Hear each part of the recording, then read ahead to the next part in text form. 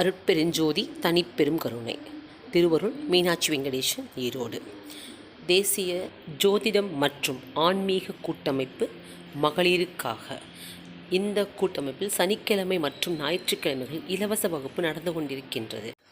மேஷ மண்டலத்தின் அதன் வழியாக குடும்பம், தொழில், திருமணம், குழந்தை பாக்கியம் பற்றிய விளக்கங்களையும் அனுபவ வெற்றி கண்ட பரிகாரங்களையும் கூற வருகிறார்கள் நமது நிர்வாகிகள். ஈரோட்டிலிருந்து திருவருள் மீனாட்சி வெங்கடேஷ் அவர்கள் கடகராசிக்குண்டான விளக்கங்களை தருவார்கள். ஜோதிட மகளிர் கூட்டமைப்பு சார்பாக நடைபெறும் இக்கூட்டத்தில் கலந்து கொண்டு சிறப்பிக்கும் அனைவருக்கும் தாழ்மையான வணக்கங்களை முதல்ல தெரிவிச்சுக்கிறேன்.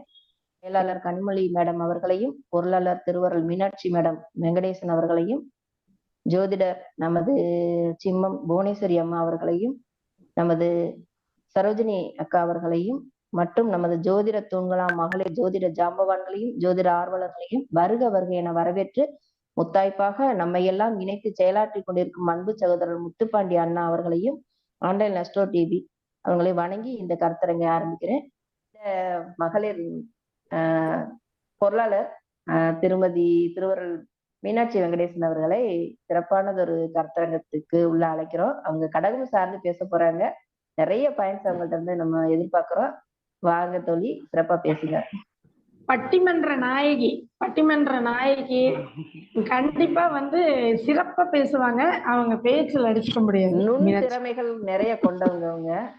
அவங்க பல்வேறு விதமான விஷயங்களை உள்ள அடக்கியவங்க. வெளியில இன்னும் நிறைய கொண்டு வரணும் அவங்க எல்லாம். இதுக்கெல்லாம் அனைத்து தோழிகளும் ஒத்துழைப்பு கண்டிப்பா இருக்கும். இன்னும் சிறப்பா உங்களுடைய வாழ்க்கையும் எல்லா விதமான நலன்களும் எல்லாம் ஈசனார்களால் கிடைக்கணும்னு வேண்டி வாங்க தோழி, சிறப்பா பேசுங்க. நன்றிங்க, ரொம்ப நன்றி. தேசிய மகளிர் கூட்டமைப்பு சார்ந்திருக்கும் அனைத்து தோழிகளுக்கும் வாழ்த்துக்களையும் வணக்கங்களையும் கூறிக்கொண்டு கடகராசியை பற்றிய என்னுடைய அனுபவ கருத்துக்களை கூறிக்கொண்டு அதற்கு முன் பிரபஞ்சத்திற்கும் நவகிரகத்திற்கும் நன்றிகள் கோடி. கடகம் என்ன பொறுத்தளவு பாத்தீங்கன்னா, இந்த 12 ராசிகள்லயே ரொம்ப கஷ்டப்படக்கூடிய ராசி இந்த கடக ராசி தான். ஏன்னு கேட்டீங்கன்னா, அதுல இயற்கையாவே நட்சத்திரங்கள் பாத்தீங்கன்னா புனர்பூசம் 4ஆம் பாதமும், பூசம் 4 பாதமும், ஆயில்யம் 4 பாதம் இயங்கிட்டு 9 பாதங்கள் 3 ராசி நட்சத்திரம் இயங்கிட்டு இருக்காங்க. இயற்கையாவே கடகராசியில் 6, 8, 12 இந்த நட்சத்திரங்கள் இயங்கக்கூடிய ஒரே ராசி இந்த கடகம் மட்டுமே. மித்த எந்த ராசிகள்ல பார்த்தாலும் கூட இந்த 6, 8, 12ஓட கனெக்டிவிட்டி கட்டாயம் இருக்காது. இவங்க வாலண்டரியா இவங்க பிரச்சனையை தேடி போகக்கூடியவங்கன்னு சொல்லலாம். அடுத்த விஷயம், இது நீர் சார்ந்த இடம் இல்லைங்களா? கடல் நீர் ராசி இது கடகம். இந்த நீர் ராசினா எல்லாத்தையும் அதை அன்பா அரவணைச்சு கொண்டு போகக்கூடிய பக்குவம் உங்ககிட்ட இருக்கு. ஏன்னா அதுல குரு உச்சமா இருக்காரு. 6, 9 கூடிய குரு பகவான் உச்சமா இருக்காரு. ஆனா 6க்கு உண்டான வேலையை முதல்ல செஞ்சுட்டு தான் அதுக்கப்புறம் தான் 9க்கு உண்டான வேலையை இந்த குரு பகவான் செய்வார். இந்த கடக ராசியில் குரு பகவான் உச்சமா இருந்தால் நன்மை செய்யுமா அப்படின்னு கேட்டீங்கன்னா, முதல்ல அவங்கள கடன்காரதான் உட்கார வைக்கும். கடன் இல்லாம கடகராசிக்காரங்கள இந்த குரு பகவான் வாழ்க்கையில அறிமுகத்தை கொடுக்க மாட்டார். சரி, அப்ப அடுத்து பாத்தீங்கன்னா நட்சத்திரம் பூசம் இருக்கு. அது 8க்கு உண்டான நட்சத்திரம். இந்த 8 அப்படிங்கும் போது கேட்டீங்கன்னா, போலீஸ் ஸ்டேஷன், கோர்ட்டு, வம்பு வழக்கு, அடிதடி, சட்ட பஞ்சாயத்து, டிராபிக், ஸ்மக்லிங்கு, வீணான விபத்துகள், அடிபடுறது, அடிக்கிறது, கொலை பண்றது, தற்கொலை எண்ணம் வர்றது, அவமானம், ஆக்சிடென்ட், இன்சிடென்ட், அழுகை, பழி வாங்கக்கூடிய எண்ணம், இது எல்லாமே 8க்கு உண்டானது. எல்லாமே நெகட்டிவா இருக்குன்னு யோசிக்கிறீங்களா? இந்த 8 அப்படிங்கிறதுல ஒரு 3 விஷயம் மட்டும்தான் பிளஸ்ஸா இருக்கு. என்னன்னு கேட்டீங்கன்னா, அதிர்ஷ்டம் திடீர்னு கிடைக்கும். அதிர்ஷ்டம் 8ஆம் இடம் தான். ஒரு ஜாதகருக்கு 3 முறை அப்படிங்கிற விஷயம் அதிர்ஷ்டத்தை கட்டாயம் கொடுக்கும். அதே போல உங்களுக்கு வெளிநாட்டு தொடர்பு, வெளிநாட்டு பயணம், இது பாத்தீங்க அப்படின்னா 100 பேர் இருக்காங்கன்னா 10 பேர் தான் யோகமா இருக்கு. மீதி 10 பேர் பாத்தீங்கன்னா வெளிநாட்டுக்கு போயிட்டு வந்துதான் கடனே ஏற்படும். சரிங்களா? சில பேர் அங்க போயிட்டு எதுக்குடா இந்த வேலைக்கு வந்தோம் அப்படின்னு யோசிச்சுட்டு அந்த முடிஞ்ச அளவு அந்த கான்ட்ராக்ட் முடிஞ்சதுன்னே திரும்பி வரதான் பார்ப்பாங்க. அவங்களுக்கு கடன் மட்டுமே மிஞ்சும் இந்த 8ஆம் இடத்தை பொறுத்தவரை. அடுத்து பாத்தீங்க அப்படின்னா உங்களுக்கு ஆயில்யம், இது 12க்கு உண்டான நட்சத்திரமா வரும். இந்த 12 அப்படிங்கும் போது இங்க விரயத்தை தான் அதிகம் சொல்லும். இவங்க முயற்சியின் மூலமாவே விரயத்தை சந்திப்பாங்க. இவங்களுக்கு சேமிக்க தெரியாதுன்னு சொல்லலாம். அந்த பக்குவம் இவங்ககிட்ட கிடையாது. ஆனா அடுத்தவங்களுடைய சொத்து அப்படிங்கிற விஷயம் இவங்க பெயர்ல எப்ப ரிஜிஸ்டர் ஆகுதோ அப்ப இந்த 6, 8, 12 அழகா இயங்கும். இதெல்லாம் சூட்சமங்கள். சரி, இப்போ இவங்களுக்கு இந்த நட்சத்திரம் வந்து பாத்தீங்கன்னா ஃபர்ஸ்ட் வந்து குரு நட்சத்திரம் இல்லைங்களா, புனர்பூசத்துல பிறந்திருக்காங்க. அவங்களுக்கு இந்த குடும்ப வாழ்க்கை எப்படி கேட்டீங்கன்னா, பொதுவாவே இந்த கடக ராசிக்கு 2ஆம் இடம் அப்படிங்கிறது குடும்பஸ்தானம், சூரிய பகவானா வராரு. இந்த சூரிய பகவான் 4ஆம் இடத்துல வந்து பாத்தீங்கன்னா துலாம் வீட்டுல நீசமாகறதுனாலையும், அதே வந்து உங்களுக்கு 10ஆம் இடத்துல உச்சமாகறதுனால இவங்க முதல் விஷயம் சொந்த பந்தத்துல பொண்ணு கட்டக்கூடாது. தாய் வழியோ தந்தை வழியில உறவுல இந்த கடக ராசிக்காரங்க ஆணா இருந்தாலும் பெண்ணா இருந்தாலும் குடும்ப வாழ்க்கைக்குள் ஈடுபட்டால் திருமண வாழ்க்கை சிறப்பா இருக்காது. கண்டிப்பா பாத்தீங்கன்னா ஒண்ணு பொருளாதார வளர்ச்சி இருக்கு அப்படின்னா அங்க வந்து அண்டர்ஸ்டாண்டிங் இருக்காது. அதே போல இவங்களுக்கு அண்டர்ஸ்டாண்டிங் இருக்கு அப்படின்னா பொருளாதார வளர்ச்சி இருக்காது. இந்த 2ல ஒண்ணு அடிபட்டே இருக்கு. ஏன்னா குரு பகவான் தான் பாத்தீங்கன்னா நம்ம தேடிக்கூடிய செல்வம், சுக்கிர பகவான் அன்றாட தேவைக்கு உண்டான பணம். அப்ப இங்க சுக்கிர பகவானே வந்து பாத்தீங்கன்னா வச்சுக்கோங்க, சுகஸ்தானத்துக்கு அதிபதியாகி தனக்கு பானு ஈசமாயிறாரு. அப்ப இந்த குடும்ப வாழ்க்கைக்குள்ள இருக்கக்கூடிய விஷயத்த இந்த கடக ராசிக்கு எப்படி இருக்குன்னு கேட்டீங்கன்னா, சொந்த பந்தத்துக்குள்ளார பெண் எடுத்து கட்டினாங்க அப்படின்னா இவர்களுக்கு குழந்தை அப்படிங்கிற விஷயம், ஏன்னா குரு உச்சமாகறாரு இல்லைங்க, குரு பகவான் தான் குழந்தைக்கு உண்டான கிரகம். அதே 5க்கு உண்டான செவ்வாய் பகவான் தான் பாத்தீங்கன்னா உங்களுக்கு இந்த இடத்துல வந்து 5ஆ வர்றாரு.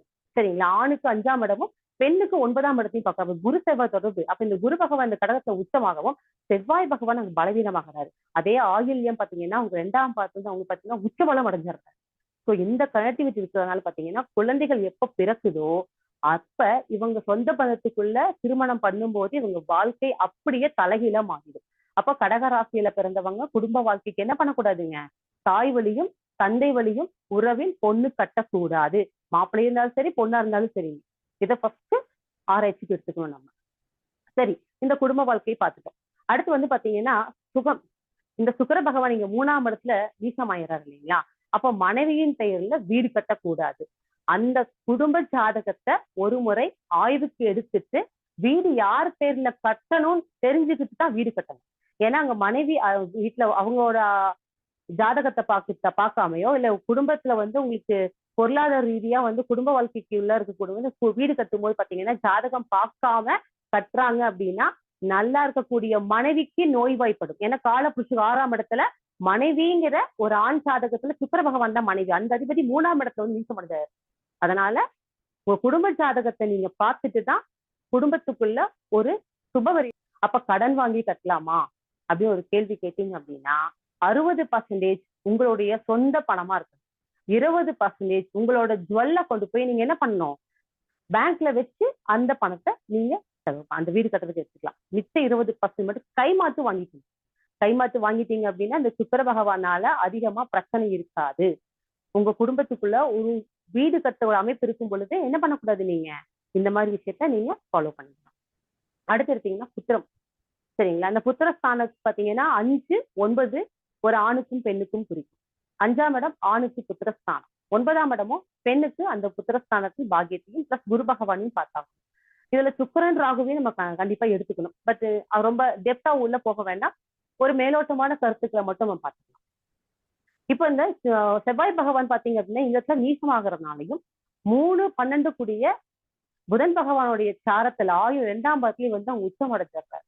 சரிங்களா, இந்த பெண்ணுக்கு வந்து பாத்தீங்கன்னா கர்ப்பப்பை தொந்தரவுகள் கொஞ்சம் இருக்கும். நீர்க்கட்டி பிரச்சனையோ யூரின் இன்ஃபெக்ஷனோ அந்த குழந்தை பிறப்புல கொஞ்சம் தாமதங்கள் ஏற்பட்டு சொந்த பந்தங்கள் கிட்ட பாத்தீங்கன்னா பேச்சுக்கு ஆளாகிதான் உங்களுக்கு என்ன ஆகும், உங்களுக்கு குழந்தை பிறப்பு உள்ள வரும். ஏன்னா அந்த காலப்புசி 8ஆம் இடம் ஆகுதுங்க.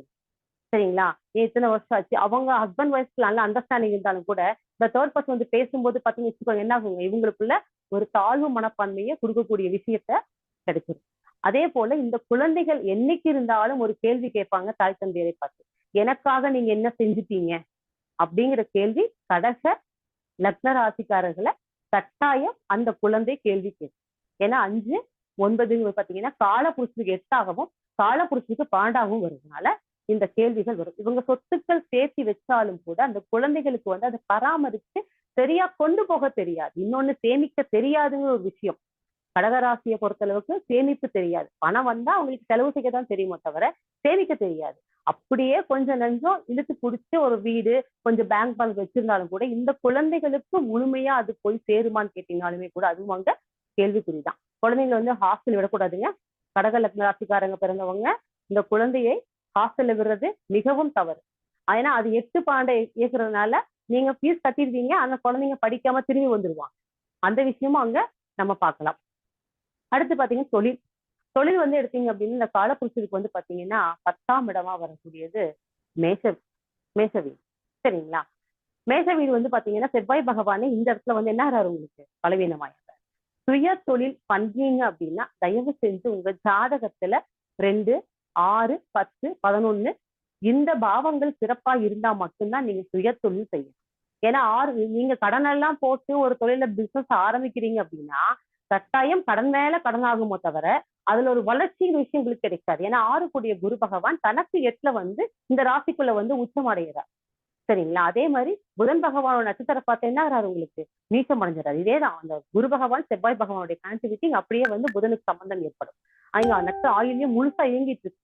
உங்க முயற்சிகள் அனைத்துமே தொழில் மூலமா விரயங்கள் ஏற்படுறதுக்கு வாய்ப்புகள் அங்க அதிகம் இருக்கிறதுனால நீங்க என்ன பண்ணக்கூடாதுங்க, சுயத்தொழில் ஆரம்பிக்க உங்க ஜாதகத்துல ஒரு ஜாதகத்துல எப்படி திருமண பொருத்தம் பார்க்கும் பொழுது திசா புத்திகளுக்கும் அந்த நட்பு திசை வருதா, அந்த கனெக்டிவிட்டி வந்து கரெக்டா நம்ம பார்த்து கொடுக்குற மாதிரியும் நீங்க தொழில் பண்றீங்கனாலுமே அடுத்தடுத்து திசா புத்திகள் உங்களுக்கு எப்படி இயங்குது விஷயத்தையும் நீங்க கட்டாயம் பார்த்துக்கணும். அது ரொம்ப இங்க இம்பார்ட்டன்ட்.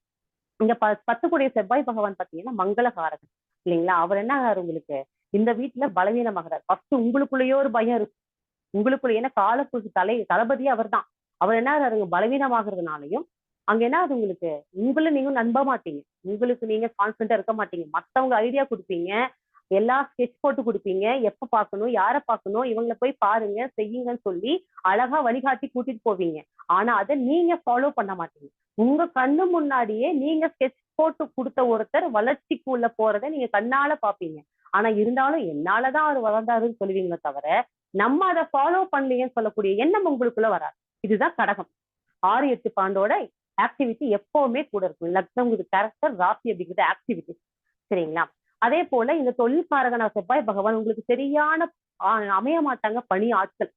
அவங்க மூலியமாவும் சின்ன சின்ன பிரச்சனைகள் உங்களுக்குள்ள இருந்துட்டே இருக்கும். அப்ப என்ன பண்ணணும், நீங்க தொழில் ரகசியம் சொல்லி தரக்கூடாது. சரிங்களா? இந்த தொழில் ரகசியம் சொல்லி கொடுத்தீங்க அப்படின்னா உங்களுக்கு அந்த ஓனருக்கு உண்டான மதிப்பு அங்க கிடைக்காது. அவங்க என்ன அங்க செவ்வாய் பகவான் உங்களை ஏமாத்துவாங்க. இல்லைன்னா ஒரு பண விஷயத்துல பாத்தீங்கன்னா அந்த பணியாளர்கள் மூலமா தான் அங்க பிரச்சனையே வரும். பண வரவு செலவு அவங்க பாக்குறாங்க அப்படின்னா கொஞ்சம் என்ன பண்ண தயாரி பண்ணிடுவாங்க. நீங்க அது கண்டுபிடிச்சு கேட்டாலும் கூட அங்கேயும் பிரச்சனைகள் தான் வரும். அப்போ பணியாட்கள் கிட்ட நீங்க எப்பவுமே கவனமா இருக்கணும். ஒரு லிமிட் ரொம்ப கவனமா வச்சுக்கணும். இது ஆணா இருக்காங்க அப்படின்னா அவங்க பெண்ணா இருக்காங்க ஒரு பணியாளர்கள் அப்படின்னா இன்னுமே நீங்க கவனமா இருக்கணும். நீங்க தவறுகள் எடுக்கிறதுக்கும் வாய்ப்புகள் கட்டாயம் இருக்கும். ஏன்னா 3ஆம் இடத்தில் சுக்கிர பகவான் பலவீனமாகறதுனால உங்களை பயன்படுத்திக்குவாங்க. அந்த விஷயத்தை அங்க நீங்க பாத்துக்கலாம். இன்னொரு விஷயம் பாத்தீங்கன்னா நீங்க கடன் கொடுத்துட்டீங்க அப்படின்னா அந்த பணம் உங்க பாக்கெட்டுக்கு வராது. சரிங்களா? அப்ப 5, 5000, 10,000, 15,000, 25,000, 5 லட்சம் இப்படி எல்லாம் நீங்க பணம் கொடுத்துட்டீங்கன்னு வச்சுக்கோங்க, அந்த காசு வராது. ஏன்னா 5ங்கிறது புதன் பகவானே சாருதுனால நீங்க அந்த பணம் கொடுத்துட்டீங்கன்னா வாங்க முடியாது. அப்ப நீங்க கடன் அப்படிங்கிற விஷயம் கொடுக்கவும் கூடாது, நீங்க வாங்கவும் கூடாது. மேக்சிமம் பாத்தீங்கன்னா உங்களுக்கு வாங்குறது பிடிக்காது, கொடுத்துட்டீங்கன்னா வாங்க முடியாது. அப்போ 5, 100, 10, 500 கொடுத்துட்டு என்ன பண்ணலாம், நம்ம கேட்காம கூட விட்டுறலாம். ஏன்னா சமாளிச்சுக்கலாம். ஒரு 1000 ரூபாய் வரைக்கும் அந்த பணம் வராட்டி அப்படின்னா நம்ம சமாளிச்சுக்கலாம். அது நம்மளோட வாழ்வியல் சூழ்நிலை பாத்தீங்கன்னா 1000 ரூபாய்க்கு நம்ம பெரிய விஷயம் கொடுக்க தேவையில்லை. ஆனா 5000, 10,000 கொடுத்துட்டீங்க அப்படின்னா அந்த பணங்களை என்ன பணம் கொடுத்துட்டீங்கன்னா உங்களுக்கு அவங்கதான் பகை. அதுவும் மாமாவளி சரிங்களா, சித்தப்பா வழியெல்லாம் பணம் கொடுத்துட்டீங்க, ஜாமீன் எல்லாம் போட்டு கொடுத்துட்டீங்கன்னா அவ்வளவுதான். நீங்க செக்கு வாங்கக்கூடாது. தொழில் விஷயத்துக்காக செக்கு வாங்குறதோ செக்கு கொடுக்கறதோ கூடாது. அதே போல இவங்க ஃபேமிலிக்குள்ளார கேன்சர்ல இறந்தவங்க கட்டாயம் இருப்பாங்க. கடகராசியில் இருக்கக்கூடிய பரம்பரை நோயோட தாக்கமும் அங்க இருக்கும். ஏன்னா சூரிய பகவான் வந்து 2 கூடிய கிரகம் 4ஆம் இடத்துல வந்து பலவீனமாகறதுனாலையும் அங்க வந்து பாத்தீங்கன்னா 10ஆம் இடத்துல அவங்க உச்சமாகிறார். அப்ப தந்தை வழி கர்மாவும் தாய் வழி கர்மாவும் இவங்களுக்கு அழகா இயங்கிட்டு இருக்காங்க. அது வந்து வாந்தி, சனி பகவான், ராகு கேது எங்க இருக்காங்க, 5 கூடிய கிரகம் அந்த பலம் என்ன, 9க்கு உண்டான பலம் என்ன பார்க்கணும். உங்க குலதெய்வத்தோட வழிபாடு முறைகள் அதையும் பார்த்துட்டு தான் ஒரு ஜாதகத்தை நம்ம சொல்ல முடியும். அப்ப தந்தை வழி கர்மாவும் தாய் வழி கர்மாவும் அழகா இயங்கும் கடகராசி. சரி, இவங்க என்னதான் பண்ணணும்? இவங்க திருமண வாழ்க்கை அப்படிங்கும் போது இவங்க செய்யக்கூடிய விஷயம் சூரிய பகவான வர்றதுனால இவங்க எந்த இடத்துல பொண்ணு எடுத்தாலும் சரிங்க, குறையுள்ள வீட்டுலதான் பொண்ணு எடுக்கணும். நிறைஞ்ச வீட்டுல அவங்க பொண்ணு எடுக்க கூடாது. ஏன்னா 7ஆம் இடமா சனி பகவான் வர்றாரு, அவரே 8ஆம் இடமாவும் வர்றாரு. 7, 8 இல்லைங்களா இயங்கிட்டு இருக்கிறதுனால நீங்க பொண்ணு பாக்குறதுக்கு கோயிலை வச்சுதான் பார்க்கணும். தப்பி தவறி படி ஏறி போறோம். ஏன்னா வீட்டு வாசல் படி அப்படின்னு சனி பகவான் தான். எட்டா இயங்குறதுனாலையும் அதிகமான கூட்டங்களை நீங்க கூட்டக்கூடாது. கோயில்ல வச்சு அந்த ஃபேமிலி அம்மா அப்பா யாரு, இவங்க யாரு, இவங்க அம்மா அப்பா யாரு, இவங்க மட்டும் கோயில்ல வச்சு பொண்ணு பாக்குறது அப்படிங்கிறது மிகவும் சிறந்தது. தாலி கட்டுற வரைக்குமே அதிகமா கூட்டங்களை நீங்க சேர்த்தக்கூடாது. ரிசப்ஷனை கிராண்டா வச்சுக்கோங்க கடகத்துக்கு. ஏன்னா 7ஆம் இடம் பாத்தீங்கன்னா அவங்க சனி பகவானா வராரு, அவரே 8ஆவும் இயங்குறாரு. அப்போ இந்த 7ஆம் இடங்கிறது மனைவி, 2ஆம் இடங்கிறது குடும்பம், 7ஆம் இடத்துக்கு 2ஆம் இடம் 8ஆம் இடம் மனைவியோட குடும்பம். சரிங்களா? அப்ப அந்த மனைவி வழியிலையும் உங்களுக்கு என்ன ஆகும், உங்களுக்கு சரியான வழியில அந்த ராகு கேதுகளோட சம்பந்தம் தோஷங்கள் பார்க்கணும். ஏன்னா அங்கேயும் 8ஆம் இடமா சனி பகவான் வர்றதுனால அந்த வீட்டுக்கு உண்டான பிரச்சனையும் இவங்க என்ன பண்றாங்க, எடுத்துட்டுதான் வருவாங்க. சோ அந்த குழந்தைகள் அப்படின்னு பிறக்கும் பொழுதுதான் என்ன ஆகும், உங்களுக்கு மேக்சிமம் ப்ராப்ளமே வரும் இந்த கடகத்தை பொறுத்தளவுக்கு. சரிங்களா? அப்ப கோயில்ல வச்சு பொண்ணு பார்க்கறது சிறப்பு. வீட்டுல போய் பொண்ணு பார்க்காதீங்க. பொண்ணு பார்க்க போகும்போது பாத்தீங்கன்னா ஃப்ரெண்ட்ஸ் சர்க்கிள் கூட்டிட்டு போக கூடாது. அதே பொண்ணு பாக்குறாங்கன்னா அண்ணன் தம்பிங்க ஃப்ரெண்ட்ஸ் சர்க்கிள் கூட வந்தாங்கன்னா உங்களை பிடிக்காது, அவங்களதான் பிடிக்கும். இந்த இடத்துல இது மாற்று கருத்தே கிடையாது. 7ஆம் இடங்கிறது அழகா இயங்கும். ஒண்ணு அக்கா தங்க இருக்காங்கன்னு வச்சுக்கோங்க, அவங்களதான் பிடிக்கும், உங்களை பிடிக்காது, அவங்கள பார்ப்பாங்க. ஃப்ரெண்ட்ஸ் கூட வந்தாங்கன்னா அவங்கள பிடிக்கும். இங்க மாற்று எண்ணத்தையும் கருத்தையும் கொஞ்சம் சனி பகவான் கட்டாயம் கொடுத்துருவார். அந்த மாதிரி ஜாதகம் நிறைய நான் பார்த்திருக்கேன், அந்த ஆழத்துல இருந்திருக்கு. அதனால பொண்ணு பார்க்க போகும்போது என்ன பண்ணக்கூடாதுங்க, அவங்க ஃபேமிலி உங்க ஃபேமிலி மட்டும் கோயிலுக்கு போறீங்க பொண்ணு பாக்குறீங்க. ஏன்னா ஏன் கோயிலுக்கு சொல்றேன்னு கேட்டீங்க அப்படின்னா, இங்க குரு பகவான் உச்சமா இருக்கிறதுனால அவரே பாக்யாதிபதியா வராரு. உங்களுக்கு எந்த விஷயங்கள் பிரச்சனைகள் இருந்தாலும் அந்த குரு பகவானால் நன்மை கிடைக்கும். இதே குரு பகவான் வக்ரமா இருக்காருன்னு வச்சுக்கோங்க, அது எந்த 12 ராசியில இருந்தா சரி வக்ரமா இருக்காரு அப்படின்னா ஃபர்ஸ்ட் உடனே நீங்க கொஞ்ச நேரம் கோயிலுக்கு போயிடக்கூடாது. திருமண விஷயத்திற்கு மட்டும் ஃபர்ஸ்ட் கோயில் வாசப்படி வரைக்கும் போகணும். அங்க வெளியே இருப்பாரு பிள்ளையாரு, அவரை கும்பிட்டுட்டு திரும்ப வெளியே வந்துடணும். வாசப்படியை தாண்டி உள்ள போயிட்டு திரும்ப வந்து பிள்ளையார கும்பிட்டு அப்புறம் பூவெல்லாம் வாங்கிட்டு தான் உள்ள போனோம். குரு பகவான் வக்ரம் இல்லை உங்களுக்கு, பாக்யாதிபதியே வக்ரமா 12 ராசி எங்க உட்கார்ந்துட்டு இருந்தாலும் திருமணத்திற்காக நீங்க பொண்ணு பாக்குறதுக்கு கோயிலுக்கு போறீங்க அப்படின்னா திரும்ப உள்ள வெளியே வந்துடணும். வக்ரம் என்னங்க, திரும்ப திரும்ப செயல் செய்வதுதான் வக்ரத்தோட நிலை. அப்ப அந்த கோயில் வாசப்படி உள்ள போகணும், மறுபடியும் வெளியே வரணும், பிள்ளையார கும்பிடணும், அதுக்கப்புறம் போய் சாமி பூவெல்லாம் வாங்கிட்டு நீங்க உள்ள போகணும். இதை கட்டாயம் மறக்காம சொல்லணும் கிளைண்ட்ஸ் கிட்ட. சரிங்களா? அப்ப இந்த மாதிரி பார்க்கும்போது அந்த குருவோட வக்ரத்தோட பாத்தீங்கன்னா செயல்பாடுகள் உங்களுக்கு என்ன ஆகும், உங்களுக்கு பாசிட்டிவா இயங்கும். அவ்வளவுதான். அதே மாதிரி வீட்டுல நீங்க கிளம்பும் பொழுது பாத்தீங்கன்னா எந்த ஒரு விஷயத்துக்காக நீங்க போறதா இருந்தாலும் செப்பலை ஒரு கால்ல மாத்தி போடணும். வலது கால் இடது காலையும் இடது கால் வலது. ஏன் கேட்டீங்கன்னா 8ஆங்கிற சனி பகவான். சனி பகவான் யாருங்க, பாதத்துக்கு அதிபதி இல்லைங்களா? அந்த செப்பலை மாத்தி போட்டுட்டு நீங்க போயிட்டு வர்றது உங்களுக்கு மிக சிறந்த வாழ்வியல் பரிகாரம். ஏன்னா 8ஆம் இடம் பூசம் உங்களுக்கு இயங்கிட்டே இருக்கு முழுசா உங்களுக்கு. அது உங்களுக்கு சந்திராஷ்டம தினங்கள்ல வந்து பாத்தீங்கன்னா அழுகாம இருக்கக்கூடிய நட்சத்திரம் சொல்லலாம். எல்லா ராசி அழுது நீங்க கடக ராசிக்காரங்க கட்டாயம் அந்த அன்னைக்கு கண் கசிடுவீங்க. அது ஏன்னே தெரியாது. இன்னைக்கோ ஒரு பழைய விஷயம் முடிஞ்சிருக்கும், அதை நினைச்சாவது அழுகாத நாள் இருக்காது இந்த சந்திராஷ்டம அன்னைக்கு. அப்ப என்ன பண்ணணும், நீங்க ஃபேமிலிக்குள்ளேயே பாருங்க உட்காந்து ஜாலியா உட்காந்து பேசினாலும் கூட சண்டை போட்டுதான் எந்திரிப்பீங்க. ஆனா சண்டை போட்டு விஷயம் பாத்தீங்க அப்படின்னா எப்பவோ நடந்து முடிஞ்ச விஷயமா இருக்கும். பழைய விஷயத்த நினைச்சுதான் சண்டை போட்டுது. அப்ப என்ன பண்ணணும், நீங்க ஒரு ஃபேமிலிக்குள்ள உட்காந்து பேசும்பொழுது இந்த பதிவை கேட்கிறவங்க பழைய விஷயங்கள் டாபிக் எடுத்து பேசுறீங்க அப்படின்னா கட்டாயம் என்ன பண்ணணும், நீங்க பிரச்சனை வரப்போகுது அப்படின்னு நீங்க தெரிஞ்சுக்கணும். அப்ப அந்த டாபிக்கை விட்டுட்டு என்ன பண்ணணும், நீங்க வேற டாபிக் உள்ள யாரோ ஒருத்தர் வந்துட்டீங்க அப்படின்னா அன்னைக்கு சண்டை இல்லை. இதையும் அங்க சொல்லலாம். ஏன்னா 2ஆம் இடம் செவ்வாய் பகவான் வந்து பாத்தீங்கன்னா உங்களுக்குள்ள வந்து பாத்தீங்கன்னா ஒரு தேவையில்லாத ஒரு பயத்தையும் கொடுக்கும். இது வளர்பிறை சந்திரனா இருக்கு அப்படின்னா ஒரு பயத்தை கொடுக்கும். தேய்பிறை சந்திரன் வச்சுக்கோங்க, உங்களுக்கு டென்ஷனை கொடுக்கும். அப்படியே மாறி எடுத்துக்கணும். இதுல பாத்தீங்கன்னா சூரியன் சந்திரன் பாத்தீங்கன்னா இந்த ஏன்னா எல்லா வீட்டுக்கும் பாத்தீங்கன்னா 2 வீடு இருக்கும். சூரிய பகவான் கடகத்துக்கும் சிம்மத்துக்கும் பாத்தீங்கன்னா ஒரே ஒரு வீடு தான். ஏன்னா தாய் தந்தையரா இருக்கிறதுனாலையும் தாய்க்கு உண்டான குணத்தை வந்து பாத்தீங்கன்னா இங்க சந்திரனுக்கு கொடுத்துருக்காங்க. அப்ப எல்லா கிரகங்களையும் பாத்தீங்கன்னா அந்த தாய் அப்படின்னு பகையா அணைக்கிறது இல்லை, எல்லாத்தையும் அரவணைச்சு கொண்டு போகதான் இருக்காங்க. இவங்க வந்து இன்னும் சொல்ல போனா இவங்களை குரு பகவான் உச்சமா இருந்து, சனி பகவான் பாத்தீங்கன்னா 10ஆம் இடத்துல வந்து நீசமாகி இருந்து, செவ்வாய் பகவானும் பாத்தீங்கன்னா 8ஆம் இடத்துல இருக்குன்னா இந்த ஜாதகம் ஏழு ஜாதகம். குரு பகவான் லக்னத்தில் இருந்து செவ்வாய் பகவான் விருச்சகத்தில் இருந்து சனி பகவான் நீசமா இருக்கு அப்படின்னா இவர்கள் ஏனி ஜாதகம். அடுத்தவங்களை எல்லாம் வளர்த்தி விட்டுருவாங்க, அவங்க அங்கேயே இருப்பாங்க. சில பேர் பாத்தீங்கன்னா டீச்சர்ஸ்க்கெல்லாம் இந்த பொருத்தம் வரும். ஏன்னு கேட்டீங்கன்னா இப்போ எல்கேஜி ஃபர்ஸ்ட் ஸ்டாண்டர்ட் 6th வரைக்கும் சொல்லித்தரவங்க பாத்தீங்கன்னா அங்கேயே தான் இருப்பாங்க. ஆனா இவங்க என்ன பண்ணுவாங்க, ஸ்டூடெண்ட்ஸ் படிச்சு முடிச்சுட்டு ஒவ்வொரு ஜாபுக்கும் வளர்ந்து போயிட்டே இருப்பாங்க. இந்த ஏணி ஜாதகம் இந்த டீச்சர்ஸுக்கும் அழகா வந்து பொருந்தும். சரிங்களா? இப்ப வந்து பொதுவா பாத்தீங்க அப்படின்னா இந்த புனர்பூசத்துல பிறந்தவங்க மேக்சிமம் திருமண வாழ்க்கை அப்படிங்கும் போது உங்களோட திசா புத்தி அமைப்பு அப்படிங்கும் போது உங்களுக்கு பாத்துக்கணும். கேது பகவான் திசா புத்தி காலங்கள் மட்டும்தான் உங்களுக்கு சிறப்பை தராது. அதுவும் உங்களுக்கு குரு பகவான் திசையிலையும், அது சனி பகவான் திசை, அது பாத்தீங்கன்னா அடுத்து வந்து புதன் திசை.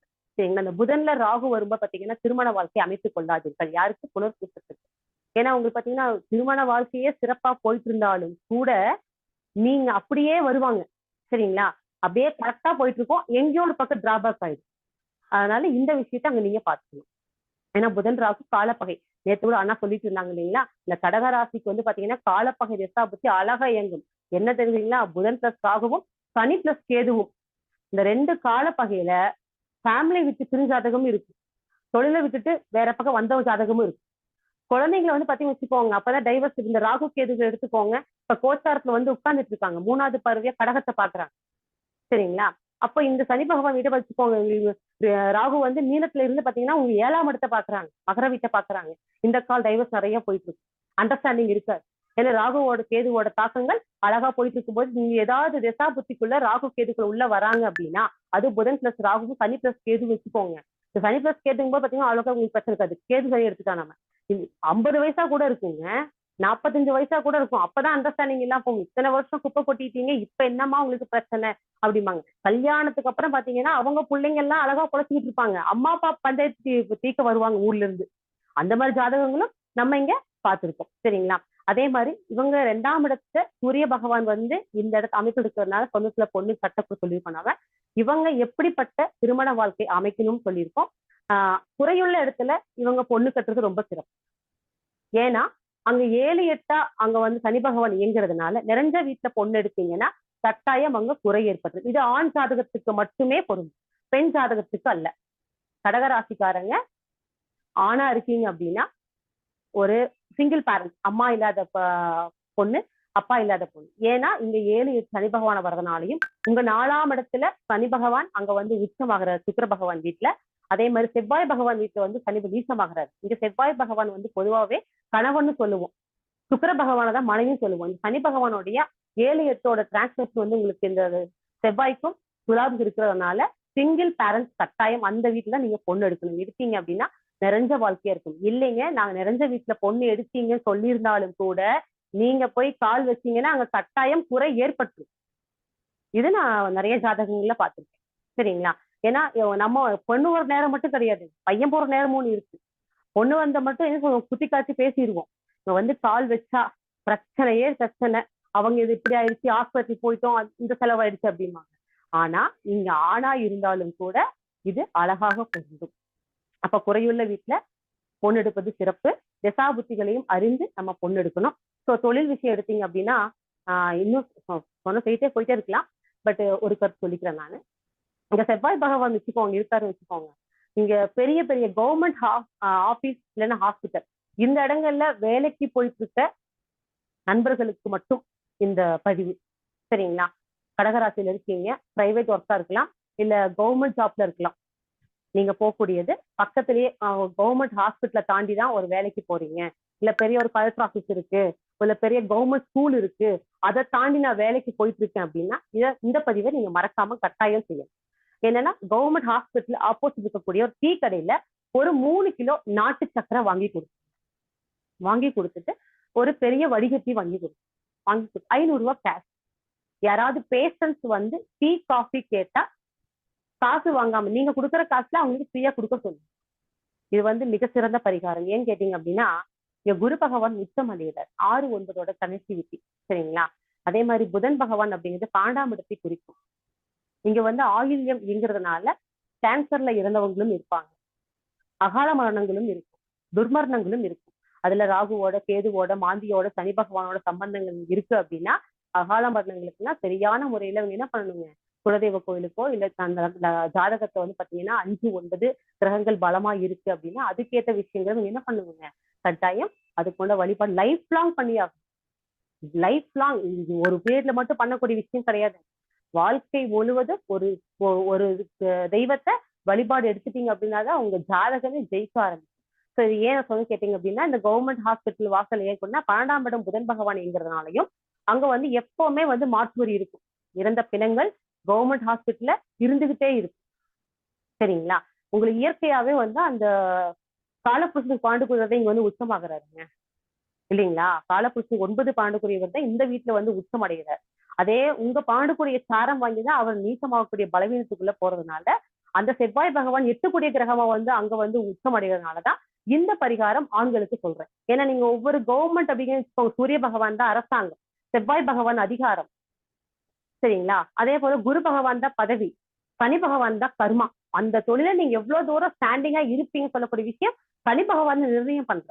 சோ அதனால இந்த கவர்மெண்ட் ஹாஸ்பிட்டல் வாசல்ல வருஷம் ஒரு முறை வாங்கி கொடுங்க. நீங்க வாங்கி கொடுத்துட்டு கொஞ்சம் ஜட்ஜ் பண்ணி பாருங்க. பொருளாதாரம் எப்படி இருக்கு, குடும்பம் எப்படி இருக்கு, போக்குவரத்து எப்படி இருக்கு அப்படின்னு விஷயத்த நீங்க பார்க்கணும்.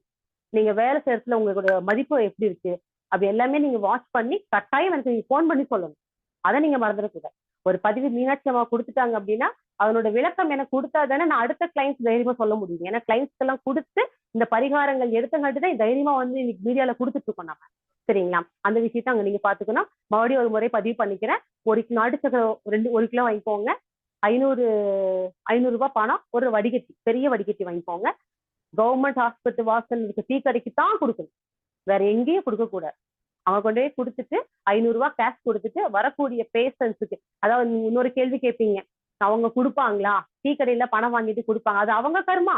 ஒரு 10 பேருக்கு கொடுத்தாலும் உங்க பிரச்சனை அங்க சால்வ். எப்படி இருந்தாலும் காசு கை போட்டு கையில வாங்கினவங்க ஒரு 10 பேருக்கு கொடுப்பாங்க. நீங்க கொடுத்த பொருள் வந்து 20 பேருக்கு 30 பேருக்கா இருக்கலாம்.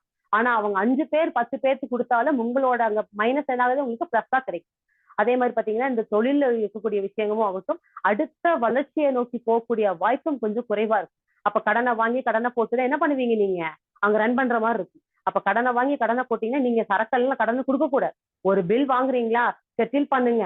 அடுத்த பில்லு போடும்போது அடுத்த பேமெண்ட் வாங்கிட்டு தான் நீங்க பில்லுக்கு சரக்கு கொடுக்கணும். அதை என்னைக்கு வச்சு ஞாபகம் வச்சுக்கோங்க. இல்ல பணம் வந்துரும், எங்க கொடுக்காம போயிட போறாங்கன்னு நினைச்சு கொடுத்துட்டீங்கன்னு வச்சுக்கோங்க, கட்டாயம் அந்த பணம் நீங்க வாங்க முடியாது. தொழில் அப்படின்னா நீங்க ஒருத்தர் சட்டையை பிடிச்சு தைரியமா என் பணத்தை குடுறான்னு நீங்க கேட்க மாட்டீங்க. அதுதான் அங்க மைனஸ்.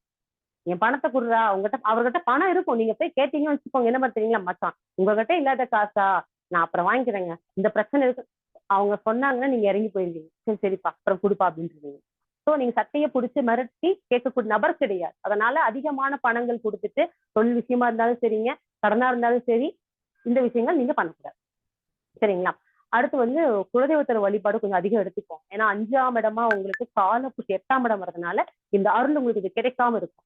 அப்ப 5ஆம் இடமே உங்களுக்கு புத்திரபாகியம் வருது. அப்ப குழந்தை பிறக்கு அப்படின்னா நீங்க அந்த குலதெய்வ கோயில தான் என்ன பண்ணுங்க, ஃபர்ஸ்ட் மொட்டை அடிச்சு காதே குத்தணும். இல்ல நான் இங்க வேற கோயில வேண்டியிருக்கேன், நான் அங்க போகணும் இங்க போனதெல்லாம் மாற்றுக்கிறதே கிடையாதுங்க. கடகராசி லக்னத்துல இருக்கிறவங்க முதல் குழந்தை எத்தனை குழந்தை பிறந்தாலும் சரிங்க, குலதெய்வ கோயிலுக்கு தான் பொங்கல் வச்சு முடி எடுக்கணும்.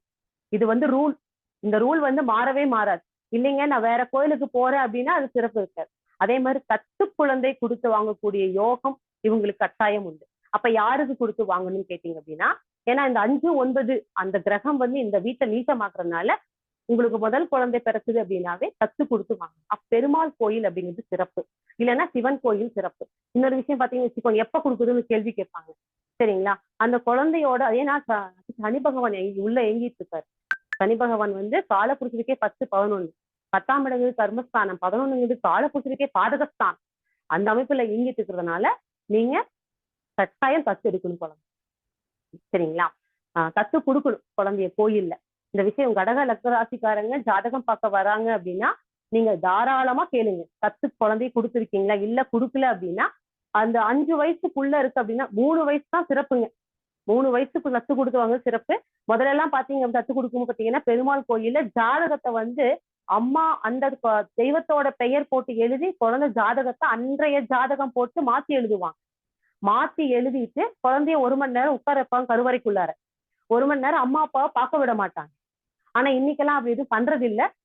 இருந்தாலும் பாத்தீங்கன்னாலும் உங்களுக்கு 5ஆம் இடத்துல இந்த கிரகம் எப்படி இருக்கு, யார் சாரத்துல இருக்கு, அந்த விஷயத்தையும் அங்க நம்ம முன் வச்சுதான் என்ன பொருள் தானம் கொடுத்து அங்க வாங்கணும் அதையும் அங்க நம்ம சொல்ல முடியும். சும்மா சரிங்களா?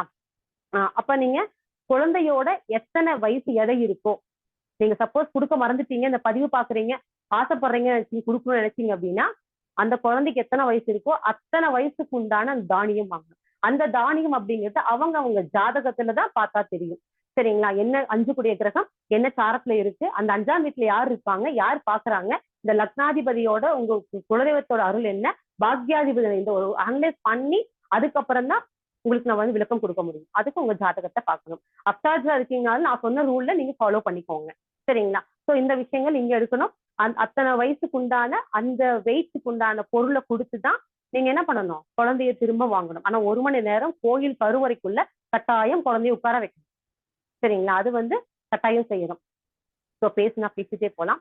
சோ இவங்களுக்கு முக்கியமான பரிகாரம் என்னன்னு கேட்டீங்க அப்படின்னு 5, 9 ஆக்டிவேஷன் தான். இவங்களுக்கு நீர் ராசியே 5, 9 வர்றதுனாலையும் அந்த கிரகம் பலம் பலவீனம் காலப்புருஷன் 8 12 வர்றதுனால தமிழ் மாதம் 1ஆம் தேதி எப்பெல்லாம் சூரிய பகவான் அடுத்த வீட்டுக்கு பயிற்சி ஆகிறாரோ தமிழ் மாதம் 1ஆம் தேதி நீங்க ஒரு நீர் நிலையில் உள்ள கோயில்ல போய் குளிச்சுட்டு அந்த தெய்வத்தை வணங்கிட்டாவே 5, 9 ஆக்டிவேஷன் உங்களுக்கு சிறப்பா இயங்கும். நிறைய விஷயங்கள் மைனஸ் எல்லாம் உங்களுக்கு பிளஸ்ஸா கிடைக்கும். சரிங்களா? ஏன்னா நிறைய விஷயங்கள் நம்ம தேவையில்ல விஷயங்கள் நம்ம கழிச்சு போயே ஆகும். நமக்கு எல்லாம் மைனஸே என்ன பண்ணுறது, இப்ப பிளஸ் பாக்குறது. சரிங்களா? அப்ப நமக்கு பிளஸ்ஸான விஷயங்கள் கிடைக்கணும். அந்த விஷயத்தையும் நம்ம சொல்லலாம். நீர்நிலையில நீங்க குளிச்சுட்டு வழிபாடு பண்றது, இல்ல உங்க குலதெய்வ கோயில் பாத்தீங்கன்னா 3 தீர்த்த குடம் வாங்கி கொடுக்கலாம். வருஷம் ஒரு தடவை 3 தீர்த்த குடம் உங்க கையால வாங்கி ஐயர்கிட்ட கொடுத்து கலசம் சுத்துங்க. அவங்களுக்கு தட்சணை கொடுத்துருங்க. உப்பு தண்ணி, கிணத்தண்ணி, ஆத்து தண்ணி, இந்த 3 தண்ணி எடுத்துட்டு கொண்டு போய் எப்பெல்லாம் உங்க குலதெய்வ கோயில்ல தீர்த்த வழிபாடு அந்த அபிஷேக வழிபாடு எல்லாம் வருதோ அந்த அன்னைக்கு கொண்டு போய் பௌர்ணமிய பெண் தெய்வமா இருக்கு அப்படின்னா பௌர்ணமி விசேஷம், ஆண் தெய்வமா இருக்குன்னா அமாவாசை விசேஷம். சோ அந்த இடத்துல கொண்டு போய் நீங்க உங்க குட தண்ணி முதல் நாளே வச்சிடணும். அமாவாசை அப்படின்னு வச்சுக்கோங்க, முதல் நாள் இரவே கொண்டு போய் நீங்க வச்சிடணும். பௌர்ணமியா இருக்குன்னா அதிகாலை கொண்டு போய் வைக்கணும். இதுதான் கான்செப்ட். நீங்க வச்சுட்டு அபிஷேகம் பண்ணி அந்த குடத்தங்க கோயில் நீங்க கொடுத்துடணும். வருஷம் ஒரு 3 குடம் மட்டும் என்ன பண்ணும் உங்க பேர்ல உங்க கையால 3 தண்ணி, ஆத்து தண்ணி, கிணத்தண்ணி, போர் தண்ணி, இதை குலதெய்வ கோயிலுக்கு நீங்க 3 குடம் கொடுத்துட்டு வாங்க. நிறைய விஷயங்கள் மாற்றம் கிடைக்கும். இது அனுபவ ஆய்வில் எடுத்த வெற்றி கண்ட பரிகாரம்னு சொல்லலாம். சரிங்களா? எனிவே வாய்ப்புக்கு மிக்க நன்றி. தேசிய மகளிர் ஜோதிட கூட்டமைப்பில் இணைந்திருக்கும் தலைவி அவர்களும் செயலாளர் அவர்களும் கோவை மாவட்ட தலைவி அவர்களுக்கும் வாழ்த்துக்கள், வணக்கங்கள். என்னுடைய சிறிய கருத்து பதிவு செஞ்சிருக்கேன். மீண்டும் வாங்க, சந்தேகங்கள் இருந்தா கேளுங்க. எந்தெந்த ராசி சந்தேகம் இருக்கோ அந்தந்த மேடம் கிட்ட நம்ம கேட்டு தெரிஞ்சுக்கலாம். அதுமே நம்ம திருவருள் மீனாட்சி மேடம் சூப்பரா சொல்லியிருக்காங்க. மத்தவங்களும் சொல்றதா இருந்தா இன்னும் கொஞ்சம் நேரம் இருக்குன்னு நினைக்கிறேன். எல்லாருமே ஃபாலோ பண்ணுங்க. நன்றி, வணக்கம். கேள்வி கேட்கறவங்க ஒவ்வொருத்தரா மியூட் ஆஃப் பண்ணிட்டு கேள்வி கேளுங்க. நாங்க தயாரா இருக்கோம் உங்க கேள்விக்கு பதில் சொல்றதுக்காக. எங்களுக்கு தெரிஞ்ச அனுபவ கருத்துக்களை மட்டுமே பதிவு பண்ணுங்க.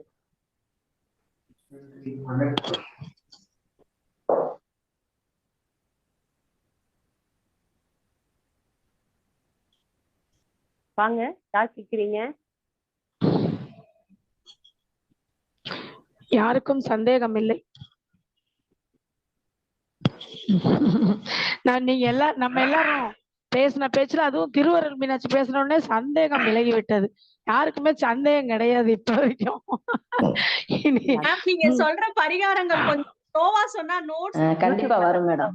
வரும்னா ஒன்னும் ப்ராப்ளம் இல்ல மேம், பார்த்து எடுத்துக்கிறோம். சோ நீங்க நிறைய உங்க அனுபவங்களை சொல்லிருக்கீங்க. அது என்ன நம்ம வேகமா நோட்ஸ் எடுக்கணும்ல, அதுக்கு தான். என்னுடைய போன் நம்பர் மட்டும் நான் பதிவு பண்ணல, அதை மட்டும் சொல்லிருந்தேங்க. என்னுடைய திருவருள் மீனாட்சி வெங்கடேசன், நான் ஈரோட்ல இருக்கேன். என்னோட தொலைபேசி எண் 9095215564. ஆன்லைன்லயும் ஜாதகம் பார்த்துட்டு இருக்கேங்க. ஆபீஸ் இருக்கு ஈரோட்ல. உங்க சந்தேகம் இருக்கு அப்படின்னா தொலைபேசி தொடர்பு கொள்ளலாம்.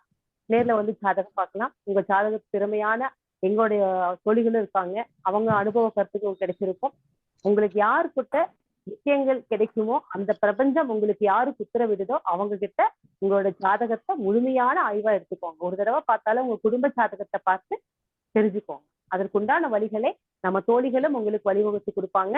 இனி வரக்கூடிய தோழிகளும் உங்களுக்கான விஷயங்களை பகிர்ந்து கொள்வாங்க. மீண்டும் மீண்டும் சனிக்கிழமையும் ஞாயிற்றுக்கிழமையும் இந்த வகுப்புகள் தொடரும் என்று அன்போடு கூறிக்கொள்கிறேன். உங்க அனைவரும் ஆதரவுக்கும் மிக்க நன்றிகள், வாழ்த்துகள், வாழ்க வளத்துடன்.